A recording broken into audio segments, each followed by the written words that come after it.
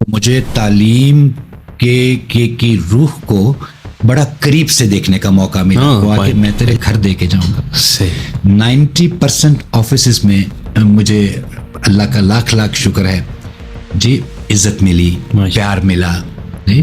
اور مجھے بھی اس چیز کی بہت ریئلائزیشن تھی کہ میں یہاں اپنے پاکستان کا سفیر ہوں. کہ میاں جی کی صحبت نصیب ہوئی، بابا جی نور خان چشتی نظامی رحمۃ اللہ تعالی علیہ کی صحبت نصیب ہوئی، حضور ضیاء الامت پیر محمد کرم شاہ الازہری رحمۃ اللہ تعالی علیہ کی بیعت نصیب ہوئی. ماشاء اللہ. اور کہ تصوف کی ڈیفینیشن بہت وسیع ہے. بلا شکر. حجرے شاہ مقیم دے ایک جٹی عرض کرے، واہ. حجرے شاہ مقیم دے ایک جٹی عرض کرے، میریاں پنجے مرن گوانڈنا ستاں نو تاپ چڑھے، پھر اس تکیے دار فقیر نو لادا ناگ لڑے، میریاں سنجیاں ہو جن گلیاں وچ کھلی بائیں میرا یار پھرے، اور تے میں بکرا دیواں پیر جی یہ سردہ کونت مرے.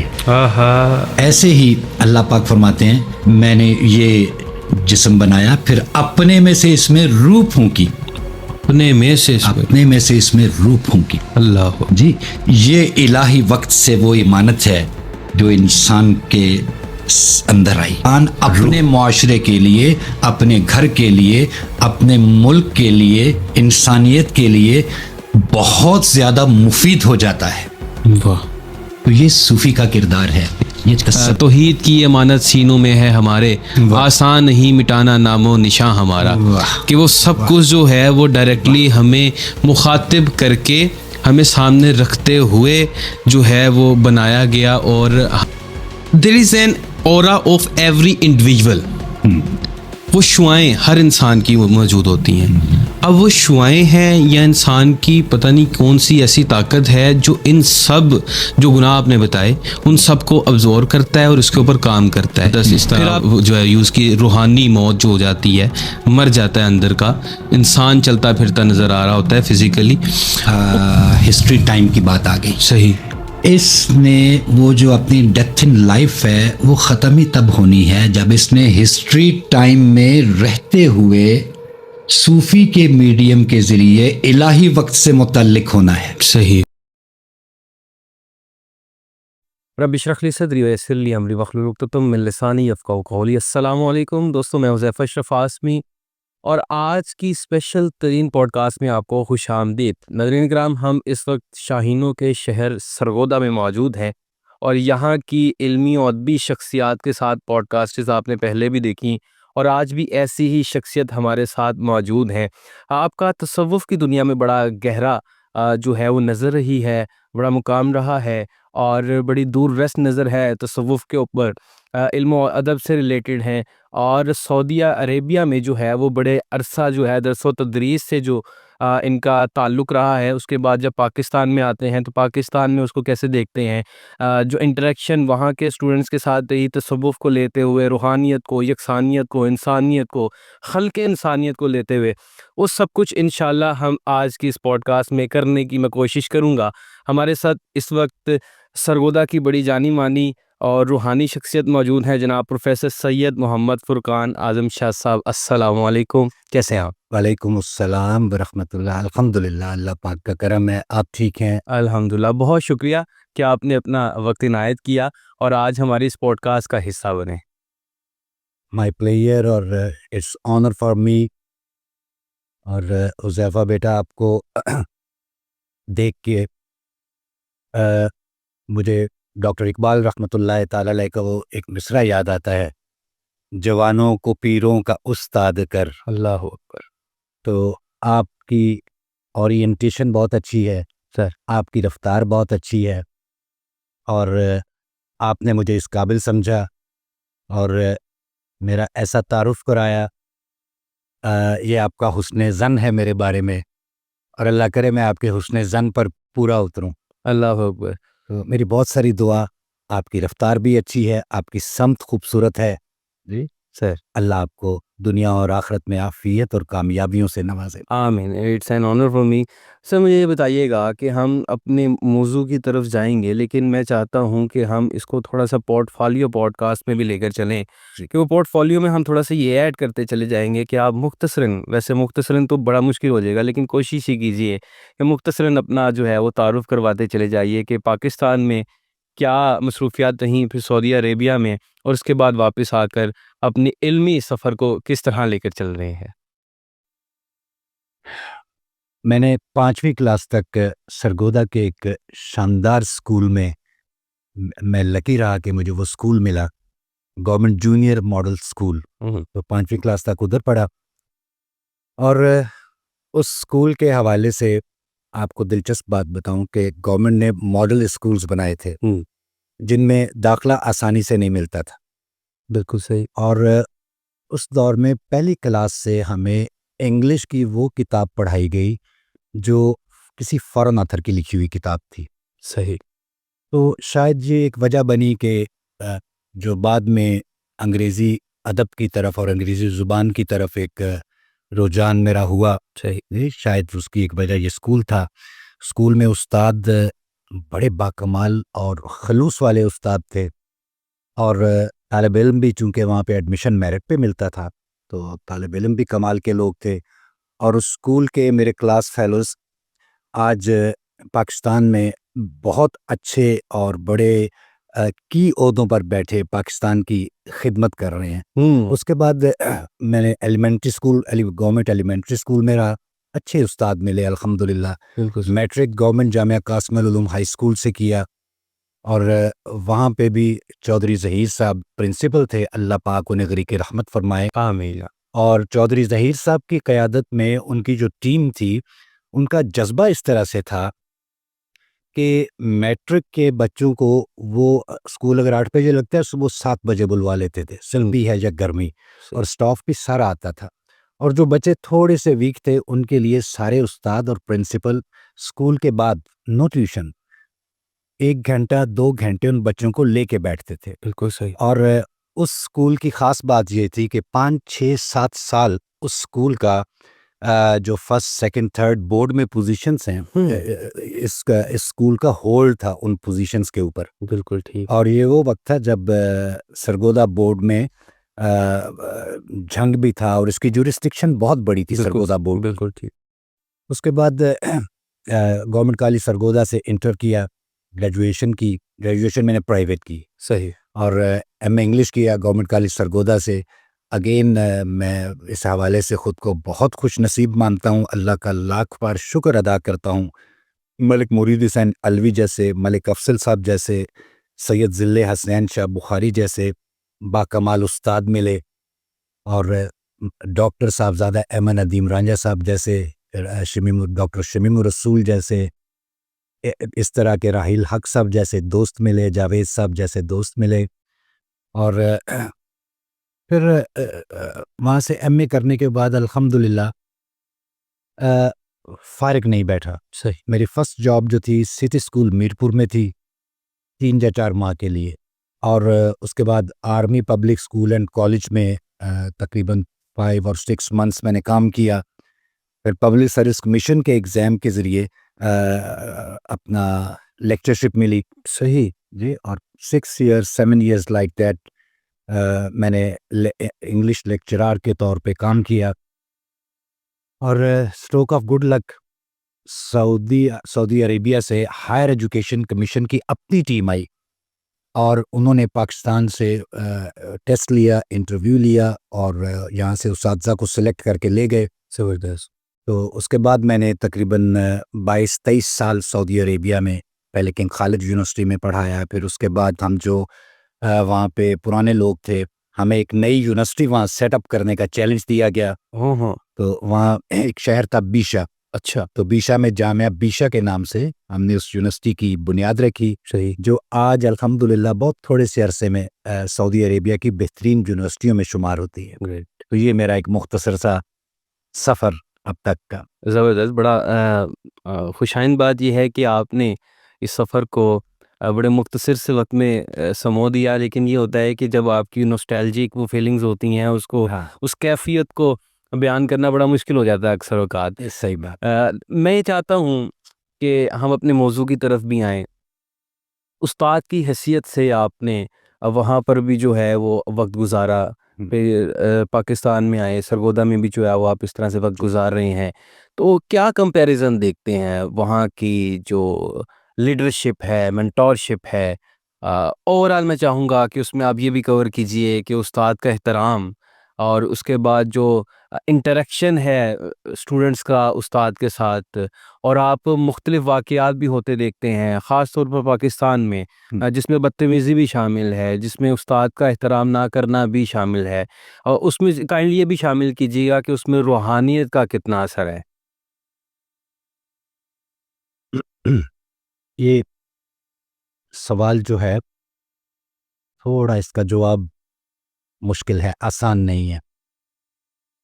اور سعودی عربیہ میں اگر سعودی گورنمنٹ کی بات کریں جی تو وہ بہت بڑا بجٹ خرچ کرتے ہیں ایجوکیشن پہ. صحیح.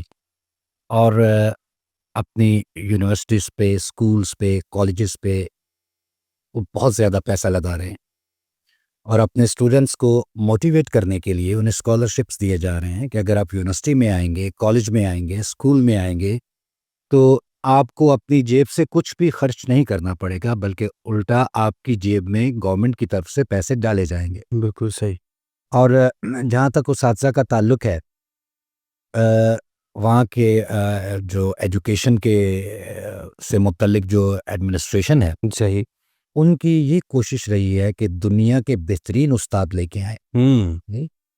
اور میں اس حوالے سے بڑا لکی رہا کہ وہاں پہ میرے جو کولیگس تھے، انڈیا سے تھے، بنگلہ دیش سے تھے، سودان سے، ایجپٹ سے، اور یمن سے، بڑے قابل اور لائق لوگ تھے. اور پھر اس کے بعد خاصی تعداد میں امریکنز، وہ ہمارے کولیگس تھے، ان کے ساتھ کام کرنے کا موقع ملا. اور برٹشرز تھے، ساؤتھ افریکنز تھے. تو یہ ایک انٹرنیشنل ایکسپوجر تھا، اور مجھے تعلیم کی روح کو بڑا قریب سے دیکھنے کا موقع ملا. مختلف نیشنلٹیز کے لوگ تھے، مختلف یونیورسٹیوں سے انہوں نے کوالیفائی کیا تھا. اب ایک دلچسپ بات یہ ہے کہ سعودی عربیہ جو ہے، جنرلی ہم بلیو کرتے ہیں کہ ایک قبائلی سوسائٹی ہے وہاں پہ، ٹھیک ہے. اور دوسرا مذہبی لوگ ہیں. صحیح. ان کی کہ مذہبی ہونے کا رنگ تھوڑا ہم سے جدا ہے. مثلاً جب as a teacher, as a lecturer میں وہاں کلاسز میں گیا تو ایک اسٹوڈنٹ میرا، he was wearing a beard. After 3 or 4 days he stood up اور مجھے کہنے لگا کہ ڈاکٹر، یہ زبان جو ہے یہ ہم نے نہیں پڑھنی، یہ انگریزی زبان ہے، یہ کافروں کی زبان ہے، تو یہ زبان ہم نے نہیں پڑھنی. تو مجھے حیرت ہوئی، اور he walked out of the class. لیکن یہ صرف ایک دو ایسے کہہ لیجئے کہ تھوڑے سے بٹر ایکسپیرینسز تھے. صحیح. اس کے علاوہ وہ اسٹوڈنٹ بھی واپس آیا. جی، اس کے جو فادر تھے وہ یوں سمجھ لیجئے کہ جس شہر میں یونیورسٹی تھی، اس شہر کی جو سب سے بڑی کورٹ تھی، اس کے چیف جسٹس تھے. صحیح. وہاں پہ کورٹ میں مذہب کے حوالے سے اعلیٰ تعلیم یافتہ لوگوں کو بٹھایا جاتا ہے. بالکل ٹھیک. تو وہ مذہبی حوالے سے مذہب کی جو ظاہری تعلیمات ہیں، جی، ان کے وہ خاصے کنفارمسٹ ہیں. لیکن مذہب کا جو باطن ہے اور صوفی ازم ہے، اس سے انہیں دور رکھا گیا. صحیح. انسان کہہ لیجئے کہ فطرتاً اس سے دور نہیں ہے. ٹھیک ہے. ان کو دور رکھا گیا. تو یہ بس ایک واقعہ. اس کے علاوہ میں پوری ذمہ داری سے یہ بات کہتا ہوں، پاکستان میں استاد بھی اچھے ہیں، بچے بھی بہت اچھے ہیں.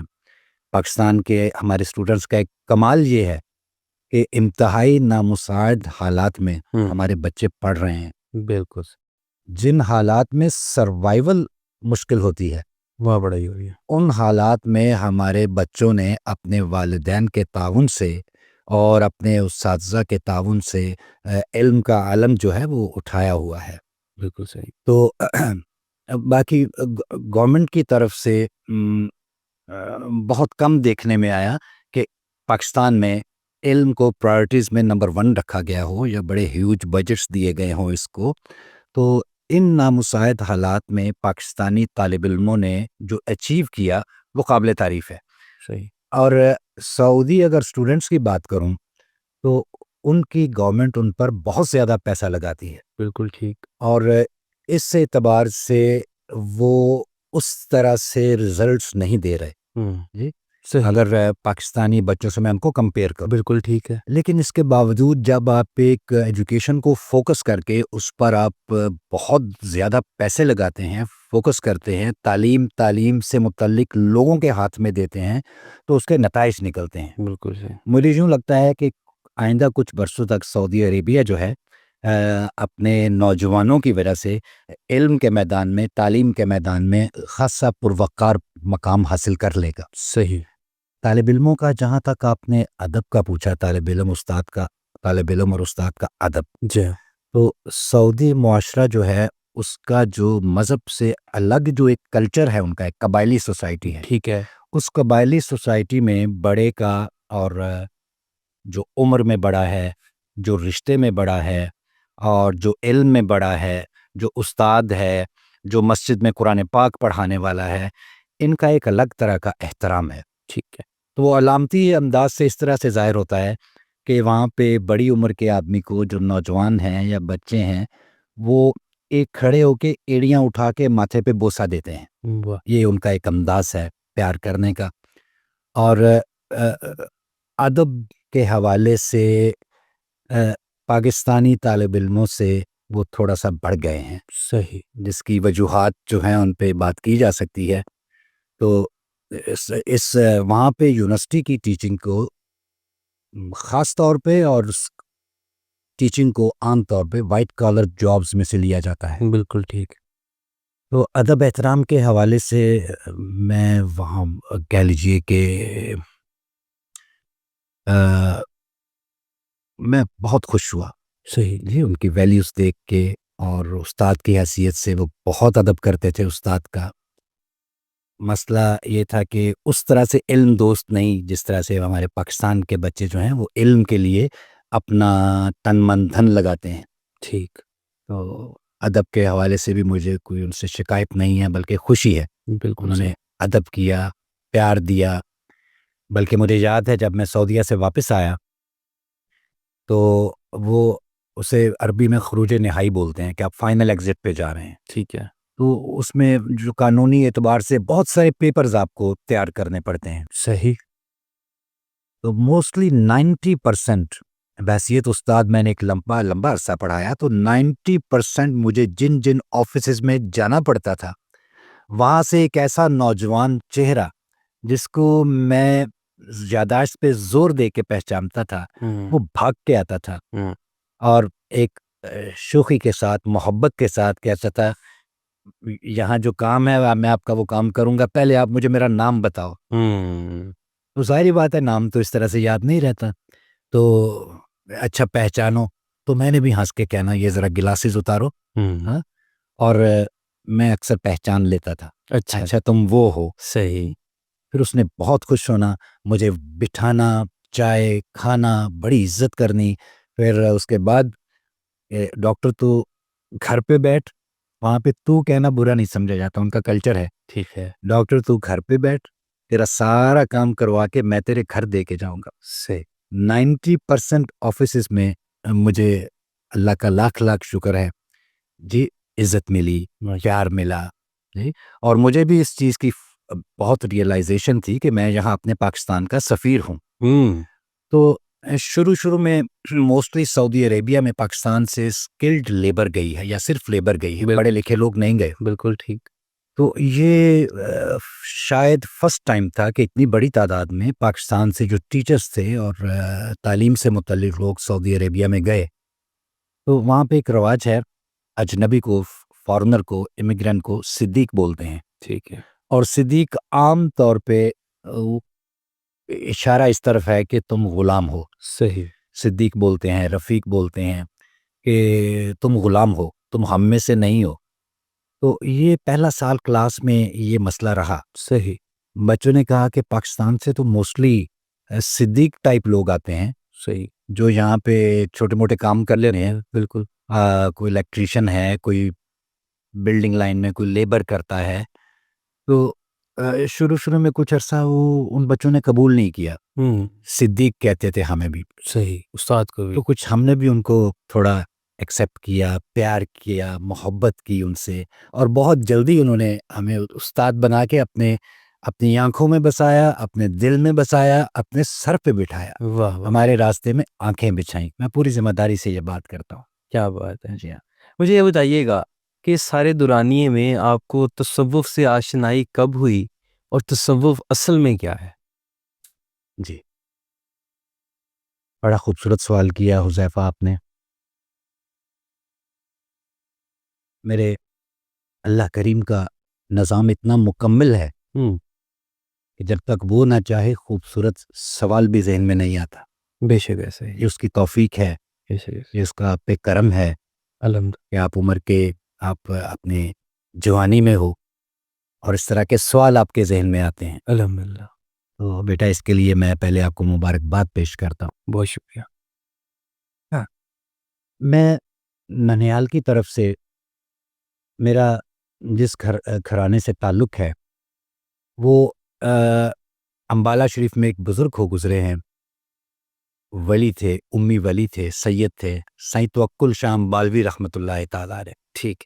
تو میرے جو پڑنانا تھے وہ حضرت سائیں توکل شاہ امبالوی رحمۃ اللہ تعالیٰ علیہ کے پاس آپ نے 11-12 سال نقشبندی مجددی سلوک میں ماسٹری حاصل کی. اور اس کے بعد شیخ الحدیث بھی تھے, دارالعلوم دیوبند سے فاضل تھے. بانیان دارالعلوم جو تھے ان سے انہوں نے علم حاصل کیا, اور دارالعلوم دیوبند کے بڑے بڑے ناموں کے ساتھ وہ اپنا کلاس شیئر کرتے تھے. تو سائیں توکل شاہ امبالوی رحمۃ اللہ تعالیٰ علیہ کے وسیلے سے اللہ پاک نے ان کو اپنے مقبول بندوں میں شامل کیا. پھر ان کی گجرات میں ایک گاؤں سیدہ شریف میں ان کو حکم ہوا کہ یہاں پر مسنت ارشاد پہ بیٹھیے اور لوگوں کی ہدایت کا سامان کیجیے. تو وہ دنیا کی زبان پہ جو ذکر اللہ پاک نے چلایا, انہوں نے اللہ کو یاد کیا, اللہ کا ذکر کیا, تو اللہ پاک فرماتے ہیں تو میرا ذکر کر, میں تیرا ذکر کروں. تو اللہ کا طریقہ جو ایک عام طور پہ نظر آتا ہے وہ یہی ہے کہ اللہ تو ہاتھ میں تسبیح لے کے تو اس بندے کا نام نہیں نہ لیں گے. بالکل صحیح. اللہ شکور ہیں, قدردان ہیں. اللہ اس طرح سے قدر فرماتے ہیں کہ مخلوق کی زبان پہ اس کا ذکر چلا دیتے ہیں. تو آپ اپنے دور سے لے کر آج تک قطب عالم کے نام سے مشہور ہے, اور آپ کو اللہ پاک نے یہ شان دی. آپ پیر مہر علی شاہ صاحب رحمۃ اللہ تعالیٰ علیہ کے ہم اثر تھے. اچھا. اور ایک دفعہ پیر مہر علی شاہ صاحب رحمۃ اللہ تعالیٰ علیہ سے آپ کی ملاقات بھی ہوئی. پیر مہر علی شاہ صاحب نے 2 لوگ یا 3 لوگ آپ کے استقبال کے لیے ان کی ڈیوٹی لگائی کہ اس حلیے کا ایک مرد آ رہا ہے. مرد سے مراد ہے رجال, جن کے بارے میں اللہ پاک قرآن پاک میں فرماتے ہیں کہ میرے رجال وہ ہیں جن کو تجارت میرے ذکر سے غافل نہیں کرتی. تو ایک مرد آ رہا ہے اور اس کو سیدھا میرے پاس لے آنا ہے. تو 2 دن یا 3 دن آپ پیر مہر علی شاہ صاحب رحمۃ اللہ تعالیٰ علیہ کے ساتھ تخلیہ میں ملاقاتیں رہیں, اور ان میں وحدت الوجود اور وحدت الشہود پہ پیر مہر علی شاہ صاحب رحمۃ اللہ تعالیٰ علیہ نے سوال کیے, اور پھر آپ جاننے والے نے سوال کیے, جاننے والے نے جاننے والے سے سوال کیے. یہ یہاں پہ بڑی دلچسپ بات ہے. واہ واہ. تو پیر مہر علی شاہ صاحب فرمانے لگے کہ ماں بھی اج تک اے مسئلہ ہنج کسے نہیں نکھیڑیا. تو وہ میرے پڑنانا تھے. اچھا. کئی کتابوں کے مصنف, قطب عالم. واہ واہ. 20 خلفاء جو تھے وہ اکراس دا سب کانٹیننٹ موجود تھے. سرگودا میں ایک بڑی مشہور ہستی ہو گزری ہیں جو نوٹاں والی سرکار. تو میں ان کے پاس جایا کرتا تھا. تو عام طور پہ وہ ان پر جلال کا رنگ غالب رہتا تھا، لوگوں کو قریب نہیں آنے دیتے تھے. تو میں ایک بات پہ میں بڑا حیران ہوتا تھا کہ جب بھی میں جاتا تھا تو ان کے رنگ میں ایک جمال کا عنصر آ جاتا تھا. صحیح. نہیں، میں اس چیز پہ بڑا حیران ہوتا تھا کہ جب دوسروں کو ڈانٹ رہے ہیں، کسی کو پاس نہیں آنے دے رہے، مجھے کچھ نہیں کہتے. جو لوگوں کی زبان پہ ہے کہ بڑے جلال والے ہیں، قریب نہیں آنے دیتے، یہ لوگ کیا باتیں کرتے ہیں، میرے پہ تو بڑی شفقت کرتے ہیں. تو ان کے پاس آنا جانا رہا. تو پھر ایک مدت کے بعد ایک کتاب ہاتھ میں لگی. پنجاب یونیورسٹی کے عربک ڈپارٹمنٹ کے ہیڈ آف دی ڈپارٹمنٹ تھے، میں اب ان کا نام بھول رہا ہوں. انہوں نے حضرت خواجہ محبوب عالم سیدوی رحمۃ اللہ تعالی علیہ پہ ریسرچ کروائی یونیورسٹی میں. صحیح. اور ایک جو آرٹیکل یا مضمون جو لکھا گیا اس میں ان بزرگوں کا ذکر تھا، نوٹاں والی سرکار کا. صحیح. اور یہ میرے پڑنانا کے دوسری یا تیسری جگہ پہ جو خلیفہ تھے ان کے آگے سے ان کو خلافت تھی. تو پھر مجھ پر یہ اقدار کھلا کہ یہ اللہ کے نور سے دیکھنے والے لوگ ہیں، یہ میری اس نسبت کو دیکھتے تھے اور میرے پر یہ شفقت رکھتے تھے کہ یہ میرے پیر خانے کا بچہ ہے، یہ میرے پیر خانے سے متعلق بچہ ہے جی. تو اپنے پاس بیٹھنے دیتے تھے، دعا دیتے تھے. تو تصوف کی طرف میرا جو آپ نے کہا کہ رجحان کیسے ہوا، جو سیدہ شریف حضرت خواجہ محبوب عالم سیدوی رحمۃ اللہ تعالی علیہ میرے پڑنانا تھے. حضرت خواجہ صدیق احمد سیدوی رحمۃ اللہ تعالی علیہ، ان کو بھی اللہ پاک نے ولایت عطا فرمائی، مخلوق کی زبان پہ یہ چل پڑا کہ آپ بھی اللہ کے ولی ہیں ماشاء اللہ. تو اس کے بعد وہاں پہ نقش بندی سلسلے میں معراج النبی شریف کی رات جو ہے بڑے اہتمام سے منائی جاتی ہے. صحیح. معراج شریف کا ذکر کیا جاتا ہے، علماء آتے ہیں، بڑے بڑے نعت خوان آتے ہیں. تو مجھے یاد پڑتا ہے کہ 5ویں کلاس میں تھا تو اس سے لے کر سعودیہ جانے تک اس رات کو بڑے ذوق اور شوق سے جاگنا، علماء کو سننا، نعت خوانوں کو سننا. وہ بڑے بڑے علماء آتے تھے اور بڑے بڑے نعت خوان آتے تھے، جن میں سے حذیفہ بیٹا الحاج محمد علی ظہوری صاحب کا نام آپ نے سنا ہوگا. ایک مثال دیتا ہوں. بالکل بالکل. تو ساری رات ان کو 2-3 گھنٹے ظہوری صاحب کو پاس بیٹھ کے، تو وہ ایک کہیں اندر نا رچ بس گئی یہ چیز جی، یہ سب اچھا لگنے لگ گیا. پھر درمیان میں ایک گیپ آیا جی، تعلیم میں لگ گئے، اسکول جانے لگ گئے، کالج جانے لگ گئے. تو میری والدہ مجھے بتاتی ہیں کہ میرے نانا جو تھے وہ ایک دعا کیا کرتے تھے کہ بچوں کو اچھی صحبتیں ملیں، بچوں کو اچھی صحبتیں ملیں، بچوں کو کاملین کی صحبت ملے. تو والدہ بھی دعا کیا کرتی تھی. تو ان دعاؤں کا ثمر حکیم عنایت حسین شاہی قادری رحمۃ اللہ تعالی علیہ تھے. میں سمجھتا ہوں انہی دعاؤں کا نتیجہ تھا کہ میاں جی کی صحبت نصیب ہوئی، بابا جی نور خان چشتی نظامی رحمۃ اللہ تعالی علیہ کی صحبت نصیب ہوئی، حضور ضیاء الامت پیر محمد کرم شاہ الازہری رحمۃ اللہ تعالی علیہ کی بیعت نصیب ہوئی. ماشاء اللہ. اور ان لوگوں کے قدموں میں بیٹھنے کی عظیم سعادت نصیب ہوئی. اور یہ ایک اندر کی دنیا کے اعتبار سے، باہر کی دنیا کے اعتبار سے اور فکر کے اعتبار سے یہ جو لمحات تھے یہ لائف چینجنگ تھے. واہ. اور بہت کچھ بدل گیا. صحیح. بہت کچھ بدل گیا. اب یہ لوگ دنیا سے چلے گئے، یہ اللہ کا خاص فضل اور کرم ہے کہ نہ دل سے گئے نہ یاد سے گئے. اور ہر روز ان کی یاد میں محبت کا جو عنصر ہے اس کو ہر روز ہی پہلے روز سے بڑا ہوا پایا. واہ. تو یہ میں ان لوگوں کی اس کو کرامت سمجھتا ہوں، اللہ پاک کا خاص فضل اور کرم سمجھتا ہوں کہ ان لوگوں کی صحبت نصیب ہوئی. جس چیز کی تلاش جاری تھی وہ کہیں مل گئی ہے یا ابھی بھی جاری ہے؟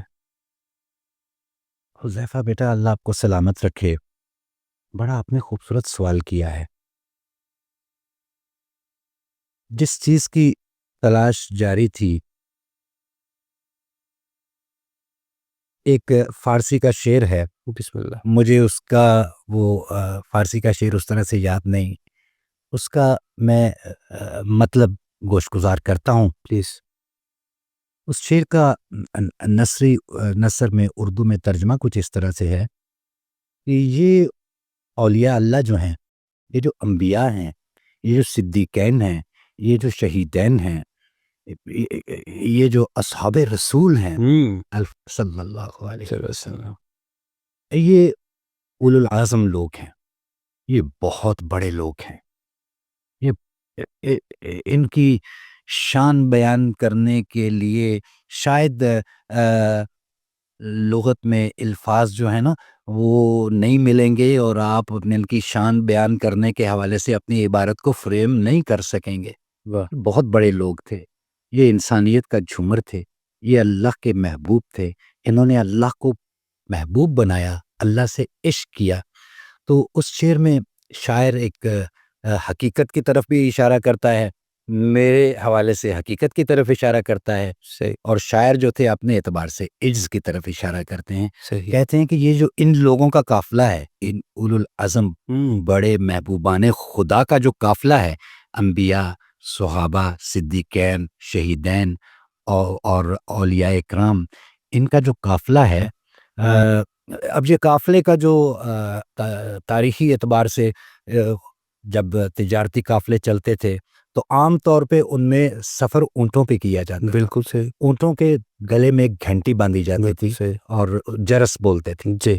تو رات کے سناٹے میں جب اونٹ چلتے تھے تو اس جرس کی آواز سے ایک بڑی خوبصورت قسم کی روحانی سی کیفیت اور موسیقیت پیدا ہوتی.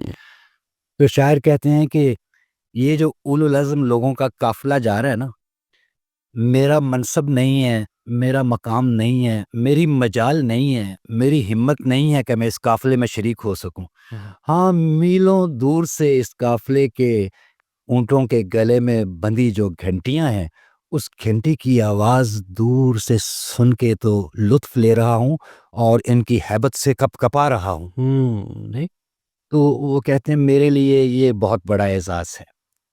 تو الحمدللہ میں راحیل صاحب، سب کو آپ جانتے ہیں، جاوید صاحب، صاحبزادہ احمد ندیم صاحب، شمیم الرسول صاحب، ہم ان خوش بختوں میں سے ہیں کہ بہت دور سے اس قافلے کی صدائے جرس ہمارے کانوں میں پڑ رہی ہیں. صدائے جرس ہمارے کانوں میں پڑ رہی ہے، ہماری روحوں کو تازگی بخشتی رہتی ہے اور ہمارے ایمان کو تازگی بخشتی رہتی ہے. وہ جو آگ تم تھے لگا گئے، وہ لگی ہوئی ہے بجھی نہیں. واہ واہ. تو تلاش مل بھی گئی اور ایک اعتبار سے جو تلاش کرنا چاہتے تھے وہ نہیں ملا. اس کو میری لائف کا ریگریٹ کہہ لیجئے کہ اللہ نے اتنے بڑے لوگوں کی صحبت، ان کے قدموں میں بیٹھنا نصیب کیا. اس حوالے سے ہم ان کی تعلیمات پر عمل پیرا ہونے میں خاصی سستی کر بیٹھے، میں اس کا اعتراف کرتا ہوں. صحیح. تو باہر کیف یہ ایک سلسلہ کرم ہے جی. اللہ بھی کریم، محمد بھی کریم، اللہ دو کریموں میں گنہگار کی بن آئی ہے. آگے اللہ پاک کی عطا سے اور نبی کریم صلی اللہ علیہ وسلم کی نظر کرم سے یہ اولیاء بھی کریم ہیں. اللہ اکبر. تو یہ سلسلہ کرم ہے، اس سے منسلک ہو گئے الحمدللہ. الحمدللہ. ایسی بہت سی پوڈ کاسٹس ہوتی ہیں جس میں ایسے ہی موضوع ہوتے ہیں اور کرنا مشکل ہو جاتا ہے، اس میں کیفیت ایک بن جاتی ہے. میرا یہ سوال یہاں پر جنم لے، مبارک ہو آپ کو. ہاں، خیر مبارک، آپ کے توسل سے ہوا. مجھے یہ بتائیے گا کہ تصوف کی ڈیفینیشن بہت وسیع ہے. بلا شبہ. اگر ہم یہ جاننا چاہیں، مختصر سا یہ جاننا چاہیں، دیکھنے والے یہ جاننا چاہیں کہ کیا تصوف کہیں جا کر محدود بھی ہوتا ہے یا وہ وسیع کا وسیع ہی رہتا ہے، وہ ایک کائنات ہی ہے، یا اس کو کوئی مذہب محدود کرتا ہے؟ کیا وہ صرف انسان سے ریلیٹڈ ہے یا جرمر سے ریلیٹڈ ہے؟ تصوف، صوفیزم اصل میں کس روح کا نام ہے؟ جی حذیفہ بیٹا، یہ جو سوال ہے نا یہ سوال آپ نے ایک ایسا سمندر جس کے ساحل نہیں ہیں، ایک ایسا سمندر جس کی گہرائیوں کا کچھ پتہ نہیں ہے، آپ نے مجھ سے اس سمندر کے ساحلوں کا پوچھ لیا ہے، اللہ آپ نے مجھ سے اس سمندر کی گہرائیوں کا پوچھ لیا ہے۔ اللہ کو اسلام پسند آیا، اللہ نے اسلام پسند فرمایا، صحیح، اور اللہ بے حد ہے، اللہ بے حد ہے، اور حد ہے، تو جو اللہ پاک نے پسند فرمایا آہ، وہ بھی بے حد ہی ہونا چاہیے۔ کیا بات، کیا اچھا ہے، کیا تصوف وہ سمندر ہے اور وہ دریا ہے جس کے بارے میں ایک شاعر نے کہا کہ عشق وہ دریا ہے جو ڈوبے، عشق وہ دریا ہے وہ جو تیرے تھے کسی اور کنارے نکلے۔ اس دریا میں ڈوب جانا جو وہ کوئی کمال نہیں ہے، اس دریا میں جو تیر کے پار نکل جانا کمال نہیں، اس دریا میں ڈوب جانے والوں نے کمال پا لیا۔ واہ واہ، تو باقی آپ نے کہا کہ مختصر، تو اس چیز کو مختصر رکھنا جو ہے وہ آسان نہیں ہے۔ ٹھیک ہے، تصوف جو ہے ایک شعر، آپ پنجابی کا ایک نا کچھ اشعار میں جی جی ذوق کی نظر کرتا ہوں، اپنے سامعین کے ذوق کی نظر کرتا ہوں۔ جی جی، حجرے شاہ مقیم دے ایک جٹی عرض کرے، واہ، حجرے شاہ مقیم دے ایک جٹی عرض کرے، میریاں پنجے مرن گوانڈنا ستاں نو تاپ چڑھے، آہا، پھر اس تکیے دار فقیر نو لادا ناگ لڑے، میریاں سنجیاں ہو جن گلیاں وچ کھلی بائیں میرا یار پھرے، ہائے ہائے ہائے، اور تے میں بکرا دیواں پیر جی سردہ کونت مرے۔ آہا، کہتے ہیں پیغمبروں کی بات، باتوں کی پیغمبر، آہ واہ، کلام الملوک ملوک الکلام، بادشاہوں کا کلام، کلاموں کا بادشاہ۔ یہ ایک صوفی شاعر ہیں، انہوں نے کہا ہے۔ تو اگر میں آپ کی بات کا، آپ نے جو اختصار کی پابندی لگائی اس کا احترام کروں تو میں نے آپ کو جواب دے دیا تصوف کیا ہے۔ ان اشعار میں تصوف کے اندر کی دنیا کے لیے رمز میں بڑے گہرے اشارے ہیں۔ واہ، تصوف عین اسلام ہے، اسلام عین تصوف ہے۔ تھوڑا سا وقت کے بارے میں گفتگو کرنا چاہوں گا پلیز۔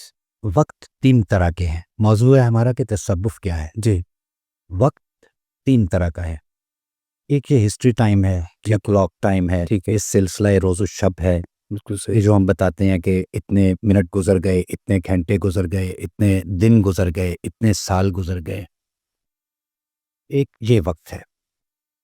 اب ایک یہ آپ کے باہر کائنات ہے، صحیح ہے، اس سے بڑی کائنات انسان کے اندر موجود ہے، واہ، اس سے بڑی کائنات انسان کے اندر موجود، اندر موجود ہے۔ صحیح ہے، اس کائنات کا ایک اپنا وقت ہے، ہوں، اسے آپ باطنی وقت کہہ لیجئے، صحیح، اور یہ کائنات انسان کے اندر موجود ہے بالکل صحیح، اور اس کا ایک اپنا وقت ہے۔ پھر ایک وقت کی ایک تیسری قسم ہے الہی وقت، الہی وقت ہے، اور نیچے ہسٹری ٹائم ہے، جی یہ الہی وقت ہے، درمیان میں انسان ہے، جی جس کے اندر باہر والی کائنات سے زیادہ پیچیدہ اور زیادہ بڑی کائنات ہے جس کا اپنا وقت ہے۔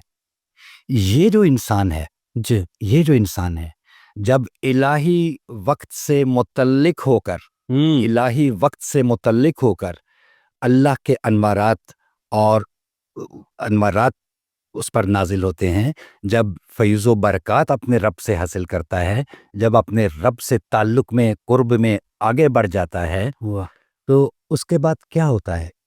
یہ جو وقت ہے ہسٹری ٹائم، اس کو اس کے لیے تسخیر کر دیا جاتا ہے، اس ہسٹری ٹائم پر اس کو فتح عطا کر دی جاتی ہے۔ یہ صوفی ہے، صحیح، یہ جو شخص ہے یہ صوفی ہے۔ صوفی اوپر الہی وقت اور نیچے ہسٹری ٹائم، یہ سلسلہ روز و شب اور صوفی ان دو وقتوں کے درمیان برزخ ہے، ایک میڈیم ہے جی. اور اللہ کے قرب کے حوالے سے اس کی جو معرفت ہے، اس معرفت کو ہسٹری ٹائم میں جو لوگ اس ہسٹری ٹائم میں مشغول ہیں اور غفلت میں پڑے ہوئے ہیں، ان کو ان کی زندگی کے لیے نئے معنی عطا کرتا ہے، ان کو نئی روشنی عطا کرتا ہے، اور ان کو بھی اس ہسٹری ٹائم میں رہتے ہوئے غفلت سے نکال کر کہ اپنے دنیا کے کام بھی کرو لیکن متعلق الہی وقت سے ہو جاؤ، متعلق الہی وقت سے ہو جاؤ. کام دنیا کا نظام چلے، سارے کام کرو، سائنس پڑھو، آرٹیفیشل انٹیلیجنس پڑھو، پی ایچ ڈی کرو، ریسرچ کرو، سارے کام کرو، لیکن دل میں الہی وقت کی فیوز و برکات کے اور انوارات کے علاوہ کچھ نہ ہو. یہ کام صوفی کرتا ہے. بالکل صحیح. تو پھر دیکھیں صوفی کے انسانیت پہ کیا اثرات ہیں. اب اگر انسان کی اندر کی دنیا کی بات کریں جی تو حذیفہ بیٹا یہ سر سے لے کے صحیح. اب یہ تصوف کی سائنس اسے کہہ لیجیے ٹھیک ہے جی، جس کا تعلق اولیاء کرام کے کشف سے ہے، اور قرآن پاک میں بھی اس کے رمزیہ اور بعض جگہوں پہ کھلے اشارے موجود ہیں. علماء اس پہ بہت کچھ کہہ چکے ہیں. یہ انسان کے سر سے لے کر ناف تک اسے نفس بولا گیا ہے. ٹھیک ہے. اسے نفس بولا گیا ہے. اب اس نفس کے اندر یہ وہ ساری کائنات ہے جو میں نے آپ کو بتایا نا کہ باہر والی کائنات سے بڑی کائنات انسان کے اندر موجود ہے. بالکل. تو اس کائنات کی تھوڑا سا تعارف، تو یہ سارا نفس کہلاتا ہے. صحیح. اب اس نفس کے اندر جیسے ہمارا جسم ہے تو جسم کے اعضائے رئیسہ ہیں، دل ہے، دماغ ہے، پھیپھڑے ہیں، گردے ہیں. اعضائے رئیسہ میں سے اگر کوئی بھی کام چھوڑ دے، اعضائے رئیسہ میں سے اگر کوئی بھی کام چھوڑ دے تو انسان بیمار ہو جاتا ہے. بالکل. اور انسان موت کی وادی میں اتر جاتا ہے. ٹھیک ہو گیا. اچھا. ایسے ہی اللہ پاک فرماتے ہیں میں نے یہ جسم بنایا، پھر اپنے میں سے اس میں روح پھونکی. اپنے میں سے اس میں روح پھونکی. اللہ جی. یہ الہی وقت سے وہ امانت ہے جو انسان کے اندر آئی، روح. اللہ پاک فرماتے ہیں میں نے اپنے میں سے اس میں روح پھونکی. اب اگر اس جسم کے اعضائے رئیسہ ہیں تو روح کے بھی تو کچھ پارٹس ہوں گے جو بڑے فنڈامنٹل، بڑے انسٹرومنٹل اور بہت زیادہ امپورٹنٹ ہوں گے. بالکل رائٹ. بالکل صحیح. اگر جسم کے اعضائے رئیسہ کے بیمار ہونے سے انسان موت کی طرف چلا جاتا ہے تو کہیں ایسا تو نہیں کہ روح کے فنڈامنٹل پارٹس کے بیمار ہونے سے انسان کی روحانی موت ہو جاتی ہو. اور روحانی موت جب ہو جائے تو جسم زندہ رہتا ہے. جی. ڈاکٹر اقبال فرماتے ہیں خدائے زندہ زندوں کا خدا ہے. خدائے زندہ زندوں کا خدا ہے. تو انسان ہسٹری ٹائم میں زندہ رہتے ہیں، دنیا کے کاموں میں مشغول ہیں، سلسلہ روز و شب میں رزق کما رہے ہیں، میڈننگ کمپٹیشن میں شریک ہیں. اللہ سے غفلت کی وجہ سے وہ جو اندر کی روحانی دنیا ہے اس کی موت ہو جاتی ہے. وہ جی رہے ہیں لیکن اندر سے مرے ہوئے ہیں. اس کو لٹریچر میں ڈیتھ ان لائف کہا گیا ہے. اوکے. Death in life. صحیح. Death in life. صوفی کیا کرتا ہے؟ صوفی اس ڈیتھ کو ختم کرتا ہے، نئی روحانی زندگی کی طرف لے جاتا ہے، اور اس نئی روحانی زندگی کے لوٹ آنے کی وجہ سے انسان اپنے معاشرے کے لیے، اپنے گھر کے لیے، اپنے ملک کے لیے، انسانیت کے لیے بہت زیادہ مفید ہو جاتا ہے. واہ. تو یہ صوفی کا کردار ہے، یہ تصوف کے کردار کی ایک جہت ہے. اب میں آپ سے بات کر رہا تھا وہ نفس ہے. جی جی. اور روح کے فنڈامنٹل جو پارٹس ہیں ان کو لطائف بولا جاتا ہے. ٹھیک ہے. جسم کے آرگنز کو اعضائے رئیسہ بول دیا گیا. جی. روح کے پارٹس کو ہم لطائف بول دیتے ہیں. ٹھیک ہے. اچھا. اب ان میں سے ہر لطیفے کی ایک ورلڈلی برانچ ہے اور ایک اسپرچول برانچ ہے. ٹھیک ہے. یہ لطائف 5 ہیں. صحیح. یہ لطائف 5 ہیں. 5 ہیں. لطیفہ قلب. لطیفہ قلب.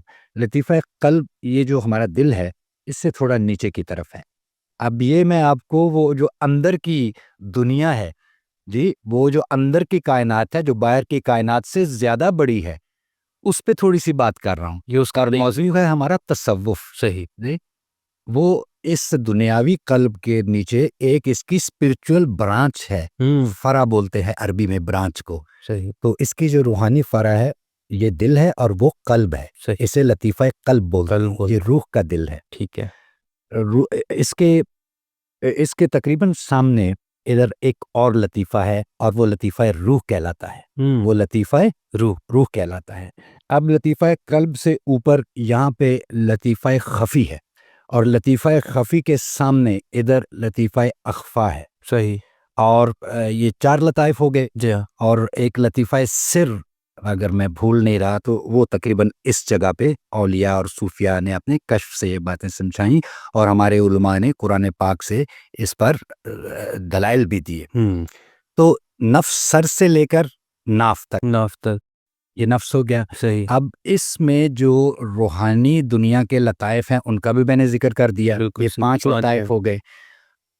ایک حذیفہ بیٹا ایک ڈاکٹر صاحب نے بڑی دلچسپ بات بتائی. ان سے جب اس موضوع پہ بات ہوئی تو کہنے لگے کتنی عجیب بات ہے. ہم جب مریض کی ای سی جی کرتے ہیں تو آلموسٹ ایگزیکٹلی انہی پوائنٹس پر ہم وہ آلے لگاتے ہیں ای سی جی کرنے کے لیے. واہ. تو یہ شاید کوئی انسیڈنس نہیں ہے. بالکل صحیح. تو ان ڈاکٹر صاحب کی بات میرے تک پہنچی تو میں بھی حیران ہوا. میں نے غور کیا تو اس بات میں ایک خوبصورتی تھی. بالکل صحیح. اب یہ لطیفہ قلب ہے جی. لطیفہ قلب کے سامنے لطیفہ روح ہے اور لطیفہ قلب کے اوپر لطیفہ خفی ہے. اس کے سامنے لطیفہ اخفا ہے، پھر لطیفہ سر ہے اور یہ 5 لطائف نفس کے اندر موجود ہیں. اور ان میں سے ہر لطیفہ کی ورلڈلی برانچ ہے. اچھا جی، جب ہم دنیا میں مشغول ہوتے ہیں اور اللہ سے غافل ہوتے ہیں تو وہ جو ورلڈلی برانچ ہے وہ طاقت پکڑ لیتی ہے اور جو روحانی لطیفہ ہے وہ کثیف ہو جاتا ہے. صحیح. وہ کثافت کی طرف چل پڑتا ہے. صحیح. وہ مغلوب سا ہو جاتا ہے. اور جب ہم زیادہ گناہ کرتے ہیں، زیادہ غفلت رکھتے ہیں تو وہ روحانی لطیفہ بہت کمزور پڑ جاتا ہے. یعنی ہم ایک جسمی سطح پہ، ایک دنیا داری کی سطح پہ زندگی گزارنے لگ جاتے ہیں. مجھے ایک روایت یاد آ رہی ہے. جی. دنیا مردار اس کا طالب کتا. ہر وقت انسان دنیا میں مشغول یاد الہی سے کٹ گیا. صحیح. اب 5 یہ میری اپنی ایک اصطلاح ہے. اچھا. اسلام کے اندر 5 مدر سنز ہیں. 5 مدر سنز جس میں ایک ہے غصہ و غضب. غصہ و غضب. ہم زبان سے اگلے آدمی کو مار ڈالتے ہیں. ایسا ہی ہے. غصہ زبان سے اپنے آپ کو ظاہر کرتا ہے. ہم زبان سے اگلے آدمی کو زخمی کرتے ہیں، مار ڈالتے ہیں. غصے میں آ گئے تو ہاتھوں سے اگلے آدمی کو زخمی کرتے ہیں، قتل کرتے ہیں. ایسا ہی ہے. غصہ غضب یہ ایک بہت یہ گناہ ہے اور بہت بڑی روحانی بیماری ہے. دوسرا ہے لالچ. صحیح. اور ہوس. لالچ 2 طرح کا ہے. ایک تو لالچ ہے ہم رزق حلال کے لیے کوشش کریں، پڑھیں، علم حاصل کریں اور اپنے بچوں کو پڑھائیں، انہیں اچھا لباس دیں. یہ خوبصورت لالچ ہے، اس کی وجہ سے دنیا کا نظام چلتا ہے. ایک وہ ہے جو لالچ بری بلا ہے، دوسروں پر ظلم کرنا. ہمیں بھی سربلندی کی تمنا تنگ کرتی ہے مگر ہم دوسروں کو روند کر اونچے نہیں ہوتے. کہ دوسروں کو روند کر اونچے ہونا، کسی کا حق مار کر اپنا دولت حاصل کرنا، حرام ذرائع سے دولت حاصل کرنا، یہ وہ لالچ ہے، ہوس ہے. اور بعض علماء اور بزرگ اس کو شرک کی خوفناک قسموں میں سے قرار دیتے ہیں. یہ اتنا بڑا گناہ ہے. اللہ اکبر. لالچ، ہوس. اب اس کے علاوہ شہوت. صحیح. انسان کے اندر جو ایک جنسی حوالہ ہے ہماری اس ذات کا، اس کا حد سے بڑے ہونا. بانو قدسیہ کا مجھے ایک جملہ یاد آ گیا. اگر حذیفہ بیٹا میں کہیں سے بھول رہا ہوں تو مجھے کریکٹ کیجیے گا پلیز.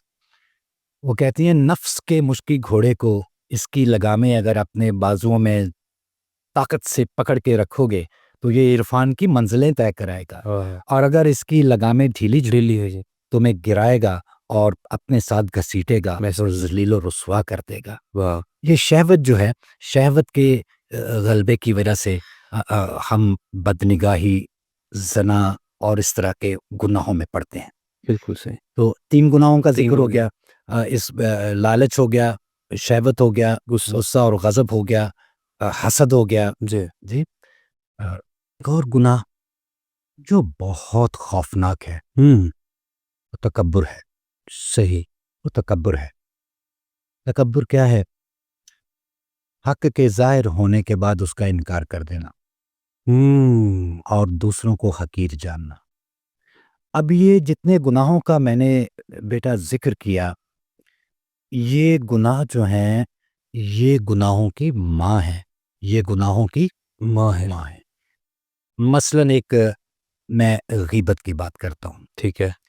ایک آدمی ہے، وہ موجود نہیں ہے، آپ اس کی ایسی برائی جو اس کے اندر موجود ہے، اس کی غیر موجودگی میں لوگوں کے سامنے اس پہ بات کر رہے ہو، ٹھیک ہے۔ تو آپ تو یہ بھی ہم تو یہ بھی کہہ سکتے ہیں بھی میں تو حق بول رہا ہوں، بھائی ہمارے دین نے تو اس کو غیبت کہا ہے۔ وہ جو بات اس کی غیر موجودگی میں اس کی برائی کر رہے ہو، یہ غیبت ہے، اور غیبت بہت بڑا گناہ ہے۔ بالکل۔ اب جس آدمی کے ساتھ آپ نے اس کی غیبت کی، وہ آدمی اپنے ذہن میں اس کا ایک امیج لے کے وہاں سے اٹھے گا، اینڈ اس امیج سے پری آکوپائڈ ہو کے وہ جب کہیں اس آدمی سے معاشرے میں انٹریکٹ کرے گا، ہی ول بی پری آکوپائڈ اس غیبت کی نحوست کے اثرات، وہ اس کو برا جان کے اس کو دیکھے گا۔ بالکل صحیح۔ اور ہو سکتا ہے کہ آپس میں ایک ان کی ایک کہہ لیجئے کہ بیٹا نیگیٹیوٹی شروع ہو جائے ان کے درمیان، ایک غصے کی طرف چل پڑیں، حسد کی طرف چل پڑیں، بغض کی طرف چل پڑیں۔ تو دیکھیں غیبت جو ہے وہ بالآخر اس کا نتیجہ کیا نکلا؟ حسد، بغض، وہی جو گناہوں کی جن کو میں نے مائیں بولا، بالآخر ایک گناہ جو ہے غیبت کا یہ اس طرف لے گیا۔ ایسے یہ جو بڑے بڑے میں نے آپ کو گناہ بتائے، ابھی 5 گناہ جن کو میں نے کہا کہ یہ بڑے خوفناک اور بہت بڑے گناہ ہیں، ان میں سے ہر گناہ کے ساتھ جزیات کے اعتبار سے 20 گناہ جڑے ہوئے ہیں۔ ان چھوٹے چھوٹے گناہوں سے بالآخر آپ ان بڑے گناہوں پہ آ جاتے ہیں، اور یہ بڑے گناہ بالآخر اپنے نتائج کے طور پہ 20 سینکڑوں چھوٹے چھوٹے گناہوں کی گندگی میں مبتلا کر دیتے ہیں۔ بالکل صحیح۔ اب یہ جو گناہ ہیں ان کی وجہ کیا ہے؟ ان کی وجہ یہ ہے، ان کی ایک بنیادی وجہ یہ ہے کہ مسلسل اللہ کی یاد سے غفلت کی وجہ سے، اور مسلسل وہ جو سلسلہ روز و شب اور جو ہسٹری ٹائم میں نے بتایا اس میں میڈننگ کمپٹیشن میں شریک ہونے کی وجہ سے، اللہ کے ذکر سے غافل ہونے کی وجہ سے، آپ کے جو لطیفہ قلب کی جو دنیاوی برانچز تھیں وہ طاقت پکڑ دی گئیں، صحیح، اور آپ کے جو لطائف ہیں ان لطائف کی جو روحانی برانچز ہیں وہ کمزور ہوتی گئیں، بالکل صحیح، اور الٹیمیٹلی ڈیتھ ان لائف آ جاتی ہے۔ لوگ چل پھر رہے ہوتے ہیں، اندر سے مرے ہوتے ہیں۔ ڈپریشن ہے، ٹینشن ہے، یا بعض اوقات اگر وہ آدمی انرجیٹک ہے تو وہ ٹکرائے گا، اس کے ہاتھ اور زبان سے دوسرے لوگوں کو اذیت پہنچے گی، وہ ظلم کرے گا، ایسے شر کے اعمال کا ظہور ہونے لگ جاتا ہے۔ وجہ کیا ہے کہ وہ جو 5 لطائف ہیں، روح کے جو وہ 5 لطائف ہیں وہ کمزور ہو گئے غفلت کی وجہ سے۔ بالکل ٹھیک۔ اب یہاں پہ صوفی آتا ہے، صحیح، یہاں پہ صوفیہ صوفی آتا ہے۔ اس مرے ہوئے آدمی کو صوفی کے قدموں میں جانا نصیب ہو گیا، ٹھیک ہے۔ صوفی اس کو راستہ بتاتا ہے، ٹھیک، اللہ سے دارالعیوب ہے۔ اللہ کی اس صفات کا مظہر صوفیہ بھی ہوتے ہیں، یہ اس آدمی کو اس کے عیب نہیں بتائیں گے، لیکن اس کے عیبوں پر محنت شروع کر دیں گے۔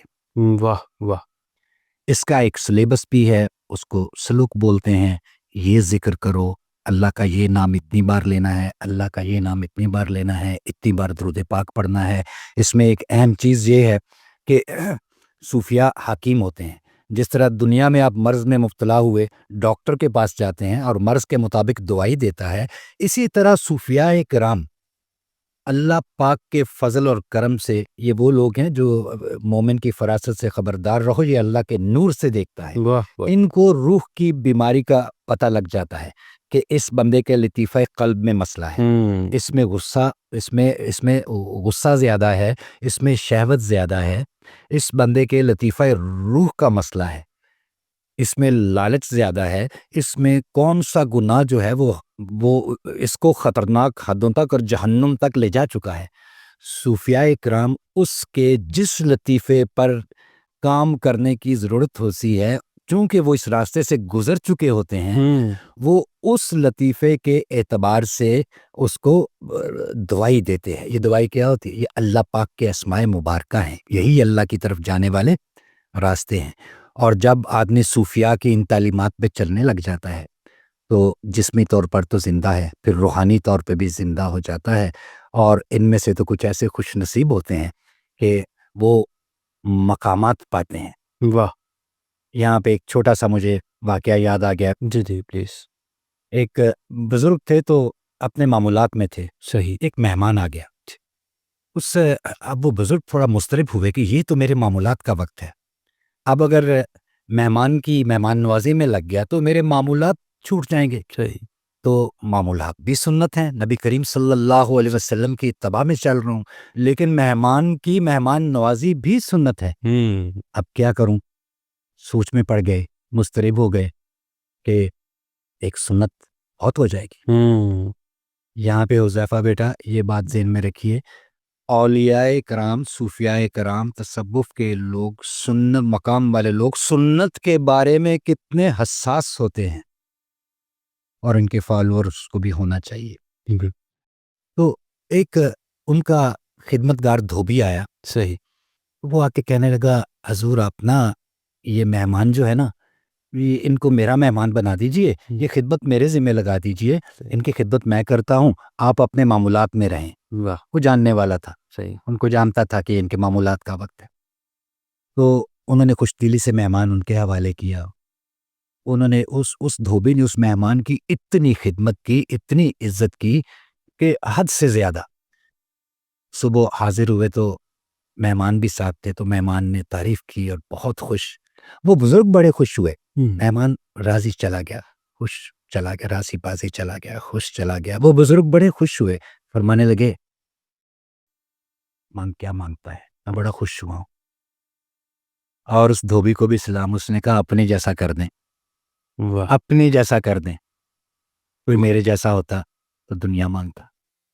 اس نے کہا اپنے جیسا کر دیں. یہ صوفیاء روحانی طور پر مریض لوگوں کو اور روحانی طور پر مرے ہوئے لوگوں کو ان کے عیبوں پر پردہ ڈالتے ہوئے ان کو روحانی زندگی کی طرف لے جاتے ہیں. اور روحانی زندگی کی طرف پلٹ آنے کے بعد وہ اپنی بیوی کے لیے، اپنے بچوں کے لیے، اپنے ماں باپ کے لیے، اپنے معاشرے کے لیے، اپنے ملک کے لیے، اپنے نظام فکر کے لیے انتہائی مفید لوگ بن جاتے ہیں. کیا بات ہے. یہ تصوف ہے. اگر وہ استاد ہے تو دیکھیں پھر اس سے طالب علموں کو کیا کیا ملے گا. جب استاد کسی صوفی کے قدموں میں چلا گیا اور وہ استاد اپنے ان لطائف پہ اس نے کام کر لیا تو طالب علم کو کبھی اس میں اپنے باپ سے زیادہ شفیق رہنما نظر آئے گا. اگر اس استاد نے اپنے صوفی کے قدموں میں بیٹھ کے اپنے لطائف کو زندہ کر لیا تو اس طالب علم کو علم کی تابانیوں سے وہ منور کرے گا اور وہ خود حیران ہوگا کہ یہ طالب علم مجھے اتنی محبت دے رہا ہے. مجھے یوں لگتا ہے تھوڑا اپنے باپ سے بھی زیادہ مجھے محبت دے رہا ہے، تھوڑا اپنے باپ سے زیادہ مجھے ادب میرا رہا ہے. سیفا بیٹا یہ ہم نے پایا، یہ میاں جی نے عنایت کیا بیٹا. واہ. تو حذیفہ یہ تصوف ہے، یہ صوفی کا کام ہے. اب دوبارہ میں اس شعر کی طرف واپس آ رہا ہوں جی. اور یاد کریں ذرا. حجرے شاہ مقیم دے ایک جٹی عرض کرے، حجرے شاہ مقیم دے ایک جٹی عرض کرے، میریاں پنجے مرن گوانڈنا ستاں نو تاپ چڑھے. واہ واہ، یہ وہ خمسہ لطائف ہیں بالکل روح صحیح، کے. بالکل صحیح. میریاں پنجے مرن گوانڈنا. ہاں جی، یہ لطیفہ قلب ہے نا. ہاں، یہ روحانی لطیفہ ہے. اس کی جو ورلڈلی برانچ ہے جو میں نے اللہ سے غفلت کی وجہ سے طاقتور اس کو کر دیا دنیا میں مشغولیت کی وجہ سے، اور اس کی روحانی برانچ لطیفہ قلب کمزور ہو گیا. یہ کبھی نا شالا پنجے مرن گوانڈنا، اس لطیفہ روح کا جو گوانڈی میرا دل ہے نا، موت ہو جائے اس کی. موت سے مراد اس کی دنیا میں مشغولیت ختم ہو جائے، وہ اللہ کے نور سے بھر جائے، وہ اللہ کے مکمل طور پر اللہ کے ذکر میں ڈوب جائے، اور اس میں دنیا کی بے رغبتی آ جائے. جب وہ ٹھیک ہوگا تو روحانی فرح خود بخود ٹھیک ہو جائے گی. بالکل صحیح. تو یہ کتنے لطائف ہیں؟ 5. شالا پنجے مرن گوانڈنا ستاں نو تاپ چڑھے. ستاں نو تاپ چڑھے، یہ 5 یہ گوانڈی بیٹا. نفس امارہ، نفس ہمارا. جی یہ ہو گیا. نفس امارہ جو ہے باہر شیطان ہے. صحیح ہے، باہر شیطان ہے. شیطان خواہش پیدا کرتا ہے. صحیح ہے، خواہش دل کا دروازہ کھولتی ہے. صحیح ہے. خواہش دل کا دروازہ کھولتی ہے. دروازہ کھلا تو نفس امارہ نے اور شیطان نے آپس میں کنسپائر کیا اور انسان کا فال اکر ہو گیا. انسان انسانیت سے گر گیا. واہ، یہ ایک سائنس سی چل رہی ہوتی ہے. بالکل صحیح. یہ ایک نظام چل رہا ہوتا ہے ہمارے اندر. تو یہاں پہ شالا پنجے مرن گوانڈنا ستا نو تاپ چڑھے. پھر اس تکیے دار فقیر نو شالا لادا ناگ لڑے. یہ جو میرے اندر نفس امارہ ہے اور یہ جو میرے اندر نفس ہے، بالکل صحیح. جی یہ جو میرے اندر نفس ہے، کلمے کی جو ہے نا لا الہ الا اللہ، اس کی شروع کی جو لا ہے، جی جی جی جی، وہ ان روحانی بیماریوں کے لیے، ان کفر کی طرف لے جانے والی بیماریوں کے لیے، ان جہنم کی طرف لے جانے والی بیماریوں کے لیے، وہ جو کلمے کی لا ہے وہ ناگ کے کاٹنے کا اثر رکھتی ہے. یعنی کلمے کی لا کا ناگ ان بیماریوں کو کاٹتا ہے اور ان بیماریوں کی موت ہو جاتی ہے، اور انسان سعید بن جاتا ہے. واہ، انسان سعید بن جاتا ہے. اس تکیے دار فقیر نو شالا لادا ناگ لڑے. تے میں بکرا پھر سنجیاں ہو جان گلیاں تے کھلی بائیں میرا یار پھرے. پھر میرے دل میں صرف اللہ ہی اللہ ہو. اللہ. پھر میرے دل میں صرف اللہ کی یاد ہو. پھر میرے دل میں صرف اللہ کے محبوب کی یاد ہو، اور اس طرح کی یاد ہو کہ رگ رگ میں نشتر لے کے دوڑتی رہے. واہ واہ، رگ رگ میں نشتر لے کے دوڑتی رہے، اس طرح کی یاد ہو. کیا بات. تو پھر دل سے خواہشات چلی جائیں، دل وہ بن جائے. اللہ پاک بزرگ کہتے ہیں کہ اللہ کہتے ہیں یہاں سے میں نکال، ہاں یہ خواہشیں نکال، اس کو ویران کر لے تو میں آ جاؤں گا. واہ واہ، میں نکال، میں آ جاؤں گا. صحیح ہے. تو ادھر وہ شاعر کہتے ہیں پھر سنجیاں ہو جان گلیاں، دل سے ساری خواہشات، اب دل ہر تمنا دل سے رخصت ہو گئی، اب تو آ جا، اب تو خلوت ہو گئی. واہ واہ واہ، اب تو آ جا، اب تو خلوت ہو گئی. کیا اب تو آ جا، اب تو سنجیاں ہو جان گلیاں تے میرا کھلی بائیں یار پھیرے. تے میں بکرا دیواں پیر جی جے سردہ کونت مرے. اس سردہ کونت بیٹا اتنے شیطان نو آکھیا. صحیح. جب انسان دنیا میں آتا ہے تو اس کے ساتھ ایک شیطان لگ جاتا ہے. بالکل صحیح جی. اور نبی کریم صلی اللہ علیہ وسلم نے فرمایا، الف ملین صلاۃ والسلام علی حبیب، آقا نے فرمایا میرا شیطان بھی مسلمان ہو گیا. باقی انسان دنیا میں آتا ہے وہ شیطان ساتھ لگ جاتا ہے. شیطان، نفس امارہ، یہ سارے، اور انسان کا فال ہوتا ہے، انسان گناہوں میں مبتلا ہوتا ہے، روحانی طور پہ مر جاتا ہے. بالکل. تو یہ تصوف کی اندر کی دنیا کے تھوڑے سے معاملات پہ میں نے، اور جہاں پہ سارے معاملات میں، معاشرے میں، ایک ملک میں، ایک معاشرے میں، ایک قبیلے میں، اور پھر پوری انسانیت میں صوفی کا کیا کردار ہے.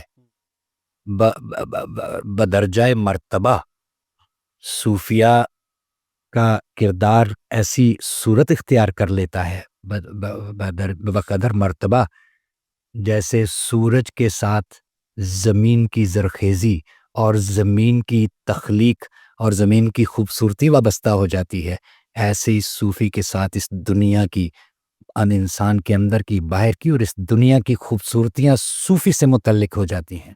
کیا بات ہے! اور حذیفہ میری طرف سے آخری بات بیٹا، ان کے لیے اللہ پاک اس کائنات کو تسخیر فرما دیتے ہیں۔ یہ جب اللہ کے مقبول ہوتے ہیں بالکل صحیح۔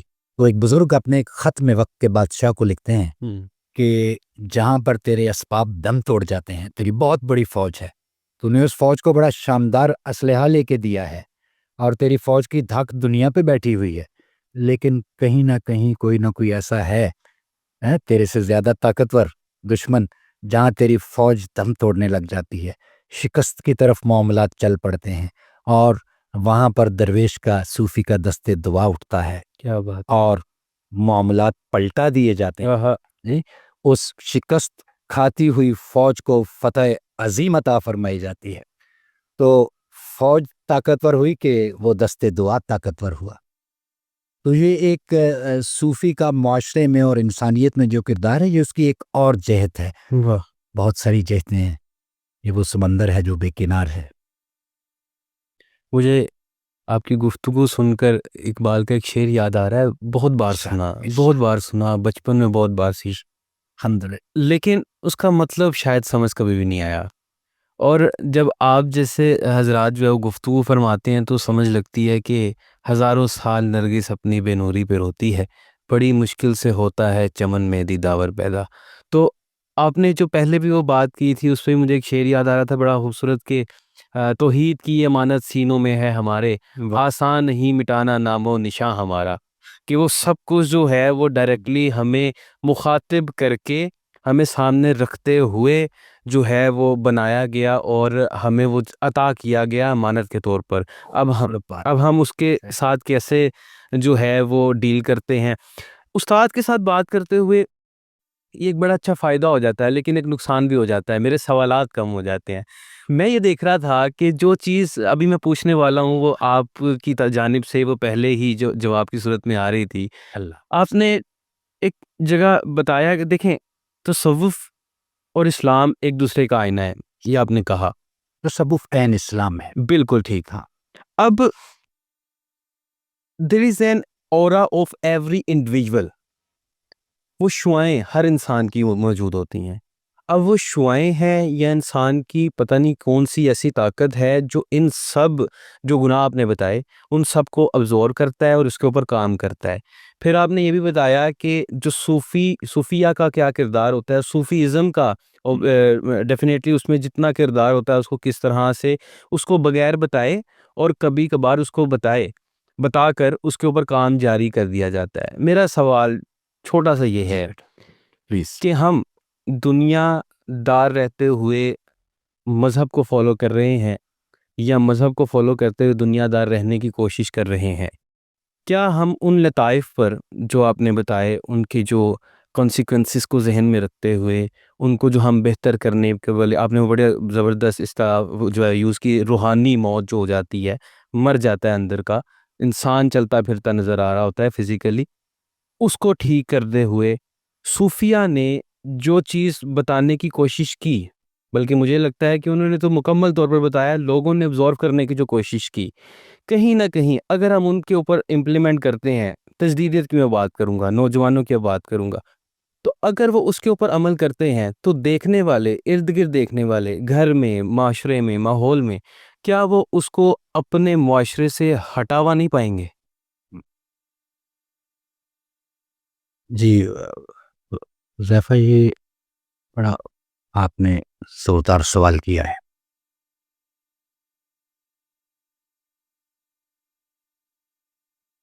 اس ہر جس طرح انبیاء کو، نبی کریم صلی اللہ علیہ وسلم کو باقی انبیاء پہ فضیلت حاصل ہے، بے شک، اور نبی کریم صلی اللہ علیہ وسلم کا جو ظاہری حیات مبارکہ کے اعتبار سے جو وقت تھا اس کو باقی وقتوں پر فضیلت حاصل ہے، صحابہ کے وقت پر فضیلت حاصل ہے، بالکل صحیح، پھر صحابہ کا جو وقت تھا اس کو تابعین کے وقت پر فضیلت حاصل ہے، پھر تابعین، اس طرح یہ سلسلہ چل رہا ہے۔ تو ہم آج نبی کریم صلی اللہ علیہ وسلم کے مبارک وقت سے کئی 100 سال دور زندہ ہے. بالکل ایسا ہی ہے. ٹھیک ہے. اور شر زیادہ ہے. شر زیادہ ہے. شر زیادہ. شر زیادہ ہے. صحیح. اس میں کوئی دو رائے نہیں ہے. شر زیادہ ہے. صحیح. اب فتنے ہیں، شر ہے، اور مسلمان جو ہے اس نے جب بھی اپنا یہ پھر وہی ہسٹری ٹائم کی بات آ گئی. صحیح. اس نے وہ جو اپنی ڈیتھ ان لائف ہے وہ ختم ہی تب ہونی ہے جب اس نے ہسٹری ٹائم میں رہتے ہوئے صوفی کے میڈیم کے ذریعے الہی وقت سے متعلق ہونا ہے. صحیح. بالکل صحیح. ٹھیک ہو گیا بیٹا؟ بالکل صحیح. اس کے علاوہ کوئی چارہ نہیں ہے. ٹھیک ہے. اب اس حوالے سے اس دور میں مشکلات بہت زیادہ ہو گئی ہیں. صحیح. حذیفہ یہی بات ہے نا؟ بالکل صحیح ہے. آپ کا جو کرنٹ ٹائم ہے that is not that conducive, not that helpful کہ آپ ان ویلیوز پر کو اڈاپٹ کر کے چل سکیں. قدم قدم پہ آپ کو رکاوٹیں ملیں گی. ایگزیکٹلی. لیکن یہ عین ممکن ہے. یہ عین ممکن ہے. میں اس حوالے سے عرض کروں گا حذیفہ بیٹا، جی. اللہ پاک کا ایک مبارک اسم ہے شکور. جی. اس کا اگر عربی ترجمے پہ جائیں تو تھینک فل، لیکن جب اللہ پاک کے حوالے سے اس کا ترجمہ کریں گے جی. تو اللہ کی تو شان نہیں کسی کا تھینک فل ہو. بالکل. اس کا ترجمہ ہے قدردان. قدردان، قدر کرنے والا. صحیح. جب اس کو مقبول بلاتا ہے تو اللہ پاک فرماتے ہیں بندہ کیا بات ہے. جب گناہگار بلاتا ہے تو اللہ ایک سے زیادہ مرتبہ فرماتے ہیں میرے بندے کیا بات ہے. اور ایک اللہ پاک فرماتے ہیں، حضرت امام غزالی کے حوالے سے یہ بات کر رہا ہوں، اگر میرے بندے کو پتہ لگ جائے کہ مجھے اس سے کتنی محبت ہے اور اس کے رجوع کرنے کو میں کتنا محبوب رکھتا ہوں، تو میری محبت دیکھ کر اس کے جوڑ الگ ہو جائیں، یہ مر جائے. زمانہ فساد نے نبی کریم صلی اللہ علیہ وسلم کی ایک سنت کو زندہ کرنے پہ 100 شہیدوں کا ثواب ملے گا، اور کئی شہیدوں کا ثواب ملے گا. اور ایک شہید کا مرتبہ یہ ہے کہ اس کے خون کا پہلا قطرہ زمین پر گرنے سے پہلے اس کو اللہ بہت بڑے درجات عطا فرماتے ہیں. بہت بڑے بڑے درجات عطا فرماتے ہیں. اور شہادت، جہاد مشکل عبادت ہے، شہادت بھی مشکل چیز ہے. اور اس دور میں اگر آپ نبی پاک صلی اللہ علیہ وسلم کی ایک سنت کو زندہ کریں تو آپ کو بہت بڑا اجر ملے گا. اور خاص ہے ترکیب میں قوم رسول ہاشمی. ہم نے اگر ترقی کرنی ہے مسلمانوں نے تو ان کے لیے ایک دروازہ رکھا گیا ہے بس. یہ اللہ کی طرف سے انعام بھی ہے اور اللہ کی طرف سے سمت کی آزمائش بھی ہے. وہ ایک دروازہ کون سا ہے؟ نبی کریم صلی اللہ علیہ وسلم کی سنتوں کی اتباع کا دروازہ. اسی دروازے سے گزر کے ہم نے فلاح پانی ہے، اسی دروازے سے گزر کے ہم نے قلوب کا تزکیہ کرنا ہے، نفس مطمئنہ حاصل کرنا ہے اور فلاح پانی ہے. اس کے علاوہ اس سمت کے لیے اور کوئی راستہ نہیں رکھا گیا. اور بالکل آپ کی بات ٹھیک ہے بیٹا. اب یہاں پہ آدمی کو فیصلہ کرنا پڑتا ہے. صحیح. لوگ کیا کہیں گے، لوگ کیا کہیں گے، لوگ کیا کہیں گے. یہ بڑی تکلیف دہ صورتحال ہے. ایک دانشور کہتے ہیں کہ ہماری جو اس وقت نوجوان نسل ہے یہ ان کی بہت بڑی تعداد الحاد کے، خدا کے انکار کے اژدہے کے پیٹ میں بیٹھی ہوئی ہے. اللہ اکبر. بے شک ایسے چیلنجز اتنے بڑے ہیں. اللہ. لیکن جب آدمی ایک قدم اٹھائے گا نا تو اللہ کے شکور ہونے کے حوالے سے اللہ اس دور میں اللہ بہت زیادہ مدد فرماتے ہیں. تھوڑے عمل کو بہت بڑے اجر سے نواز دیتے ہیں. تھوڑی سی ہمت کو اللہ پاک کے فضل سے پر لگ جاتے ہیں. کوئی تھوڑی سی ہمت کرے تو اللہ پاک کا فضل عظیم ہوتا ہے. سبحان اللہ. اور اس کی تخصیص اس دور کے ساتھ ہے. واہ. یہ دور فتنوں کا دور ہے. اس میں چیلنجز بہت زیادہ ہیں. اس میں یہ زہریلا سانپ کاٹنے کو دوڑتا ہے. لوگ کیا کہیں گے. واہ. لوگ کیا کہیں گے، لوگوں کا کام ہے کہنا. اتنی خوبصورت گفتگو رہی. اور چونکہ ہم اور بھی اس کو لمبا کر سکتے تھے، لیکن مجھے آپ کا بھی وقت کا جو ہے وہ ادراک ہے، ویورز کا بھی، تو ان شاء اللہ تعالیٰ نیکسٹ آپ سے ملاقات جب ہوگی، آپ سے وقت جو ہے وہ ریکویسٹ کی جائے گی انشاءاللہ، اور بھی گفتگو ہوگی۔ یہ ایک ایسا موضوع ہے جس کو میں سمجھتا ہوں کہ جتنا زیادہ کھنگالا جائے، ٹٹولا جائے، تو وہ اتنا ہی وسیع تر ہوتا چلا جائے گا۔ تو میں آپ کا شکریہ ادا کرتا ہوں کہ آپ نے جو ہے وہ ہمیں وقت عنایت کیا، ہمارے ویورز کے لیے اتنی اچھی اچھی باتیں کی۔ آخر میں کوئی پیغام دینا چاہیں گے؟ جی حذیفہ، آخر میں جی بالکل، پہلے تو بیٹا میں آپ کا مشکور ہوں، اتنا آپ حسن ظن میرے سے رکھتے ہیں سر ہاں، اور میں آپ کا مشکور ہوں بیٹا، آپ ہماری جو نیو جنریشن ہے ان کے پاس ہم بوڑھوں کے لیے وقت نہیں ہے، آپ کو اللہ نے یہ ذوق دیا ہے اور آپ ہم بوڑھوں کو بلا لیتے ہیں، ہمارے ساتھ وقت گزارتے سر ہیں، ہمارے لیے ہنر ہے۔ اور اس کے لیے ہماری بڑی پرخلوص دعائیں جو ہیں وہ بیٹا آپ کے ساتھ ہیں۔ الحمدللہ۔ تو اب پیغام؟ جی پیغام میرا اپنے بچوں کے لیے، اپنے اسٹوڈنٹس کے لیے، اپنی نوجوان نسل کے لیے یہ ہے کہ علم حاصل کرو، اس دور کے مروجہ جدید ترین علوم حاصل کرو۔ صحیح۔ میں پھر دہراتا ہوں، اس دور کے مروجہ جن کا یہ دور ہے، وہ جدید ترین علوم حاصل کرو، اور ان علوم کے حاصل کرنے کے راستے میں وہ ہمت دکھاؤ۔ وہ ڈاکٹر اقبال رحمۃ اللہ تعالی علیہ کا شعر ہے نا، محبت مجھے ان جوانوں سے ہے جو ستاروں پہ ڈالتے ہیں۔ اللہ آپ کا بھلا کرے۔ جدید علوم حاصل کرنے کے لیے ستاروں پہ کمند ڈالنی پڑے تو ہمت کرو، اللہ آپ کی بازو پکڑے گا۔ یہ علم کا دور ہے، اور علم حاصل کریں، اور جب علم میں آگے بڑھیں گے تو علم حاصل کرنا بھی سنت ہے، اور اس سنت کا اجر پھر اس طرح بھی ملے گا کہ اندر کی جو دنیا ہے، جو آپ کے لطائف ہیں، ان کی بھی کثافتیں دور ہونے کا اہتمام ہو جائے گا۔ علم کا راستہ بڑا خوبصورت ہے، بہت بڑا ہے۔ میرے بچوں، میرے دوستوں، علم حاصل کرو۔ علم ایک شکار والا جو کتا ہے، وہ کتا جو سدھایا ہوا نہیں ہے، جس نے اپنے کتا ہونے کے اعتبار سے جو سکل ہے شکار کی وہ نہیں سیکھی، ٹریننگ نہیں لی، وہ کتا اگر شکار کرے گا تو اس کا شکار حرام ہے۔ اور جو سکلڈ ڈاگ ہے، جس کتے نے یہ سکل حاصل کی، یہ چیز گین کر لی، اس کا حاصل کیا ہوا شکار شرعن اور فقہن حلال ہے۔ جب علم جانوروں پہ آئے تو یہ تخصیص ہو جاتی ہے۔ تو اشرف المخلوقات، جس کے بارے میں اللہ پاک نے فرمایا میں نے اپنے میں سے اس میں روح کی، جب وہ علم کے راستے پہ چلے گا تو کمال ہو جائے گا، کمال ہو جائے گا۔ میرے حضور ضیاء الامت پیر محمد کرم شاہ الازہری رحمۃ اللہ تعالی علیہ فرماتے تھے کہ لوگوں کو پیاس ہے، اگر تم ان کو صاف پانی نہیں دو گے تو وہ جوہر سے جا کے پی کے اپنی پیاس بجھا لیں گے۔ تو علم حاصل کرنا فرض بھی ہے اور قرض بھی ہے۔ انشاءاللہ۔ بہت شکریہ آپ کا، آپ نے وقت عنایت فرمایا۔ نگہ بلند سخن دل نواز جہاں پرسوز، یہی ہے رخت سفر میرے کارواں کے لیے ہمیں اپنی اپنی شمع جلانی ہوں گی۔ اقبال کہتے ہیں کہ غافل نہ ہو خود ہی سے کر اپنی پاسبانی، شاید کسی حرم کا تو بھی ہے آستانہ، اے لا الہ کے وارث باقی نہیں ہے تجھ میں، کردار گفتار دل برانہ کردار کاہرانہ۔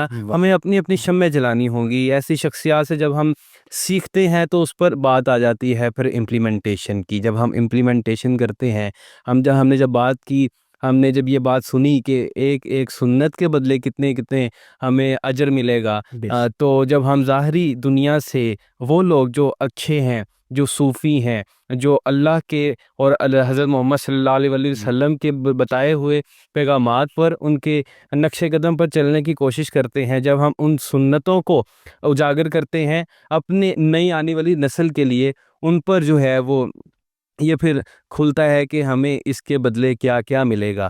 تو پھر وہ جو ظاہری طور پر اگر اس دنیا سے چلے بھی جائیں گے تو ان کے لیے بلے شاہ فرماتے ہیں نا کہ بلے شاہ سا مرنا نہیں، غور پیا کوئی اور، تو وہ پھر زندہ رہیں گے۔